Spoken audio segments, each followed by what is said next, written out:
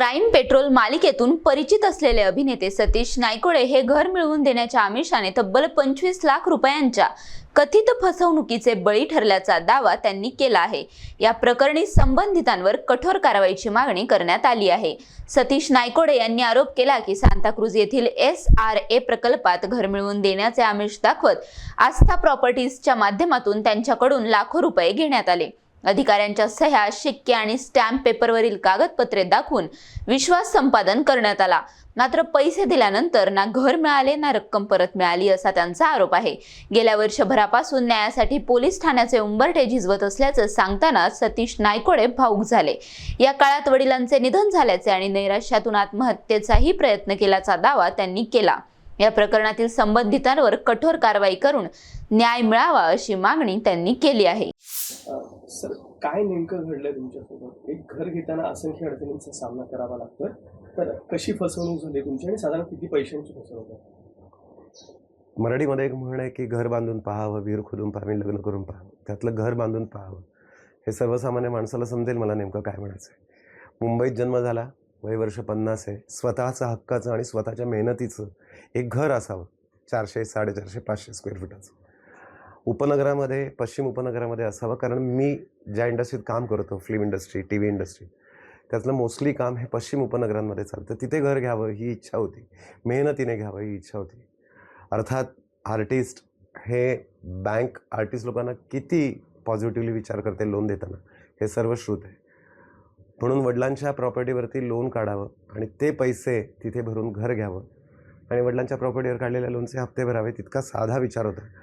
आणि तसंही आर्टिस्टला पुढे जाऊन वार्धक्यात काही पेन्शन, प्रॉव्हिडंट फंड, उदरनिर्वाहासाठी काही मोठी रक्कम असते हातात, असं नसतं।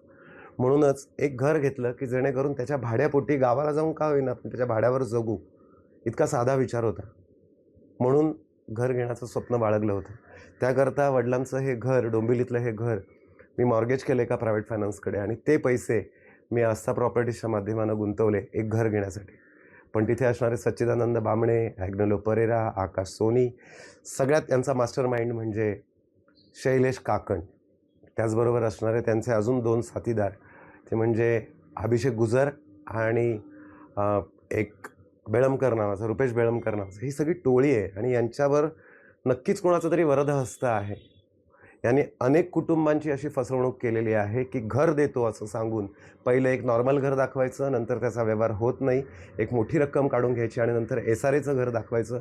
साहजिकच चाळीत घर घेणाऱ्या माणसाला SRAचं घर दिसतंय, सोसायटीत दिसतंय, लिफ्ट असलेली बिल्डिंग मिळते आहे, तर लोक अजून पैसे देऊन पुढे सरसावतात आणि मग ह्या लोकांनी सरकारी कागदपत्र, SRAचे लेटर हेड्स, अधिकाऱ्यांच्या सह्या, गव्हर्नमेंटचे स्टॅम्प स्वतः SRA ऑफिसमध्ये नेऊन केबिनमध्ये बसवून, मग समोर बसलेली व्यक्ती कोण होती त्यांचा ID कार्ड तर आम्ही नाही मागू शकत ना, की आता SRAच्या बिल्डिंगमध्ये तुम्ही आहात, त्या केबिनमध्ये, त्या टेबलवर आहात, समोरची बसलेली व्यक्ती कोण आहे असं कसं विचारणार, तुमचा ID दाखवा असं तर नाही विचारणार। एवढं सगळं दिसतंय आणि मला वाटतं अशी यांची अजून एक 4-2 कुटुंब पण यांच्यासोबत असावीत की जे आमच्यासारख्या लोकांना आहे जे भासवायचे की बघा आम्हाला घर मिळालं आहे, आमचे पेपर तयार झालेत, आमचे पेपर क्लिअर झालेत, आम्हाला अलॉटमेंट मिळतं आहे, असं आहे तसं आहे। आणि SRA हा मुद्दा नंतर आणायचे, पहिलं कुठेतरी नॉर्मल घर दाखवायचं, कारण का SRAचे प्रॉब्लेम्स काय आहेत हे बऱ्याच लोकांना माहिती आहे।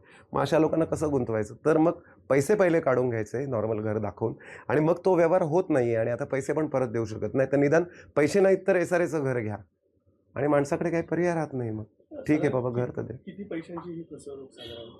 आत्तापर्यंत माझे जर का त्यांना दिलेले आहेत 24.5 लाख, ज्याची 22.5 लाखाची व्हाईट एंट्री आहे, जी लोन घेऊन मी दिली आहे। त्या व्यतिरिक्त मी पैशांची, आता तुम्ही जर फसवणूक विचारत असाल तर मी 9 वर्ष हप्ता भरतोय ना त्यांना दिलेल्या पैशांचा। दर महिन्याला 42 ते 45 हजार रुपये हप्ता, सुरुवातीला 45, आता 42, तुम्ही करा 8.5 वर्षांचा हिशोब, साधारण 44-45 लाख रुपये मी तर बँकेला देऊन बसलो आहे।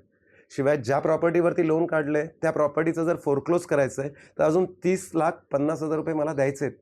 म्हणजे हे 30,50,000 बँकेला भरलेले जवळपास 44-45 लाख आणि यांना दिलेले 24 लाख, काय उरलं आयुष्यात? आता वय वर्ष 50 झाले, परत कसं उभं राहायचं? NTV news Marathi, Bhiwandi.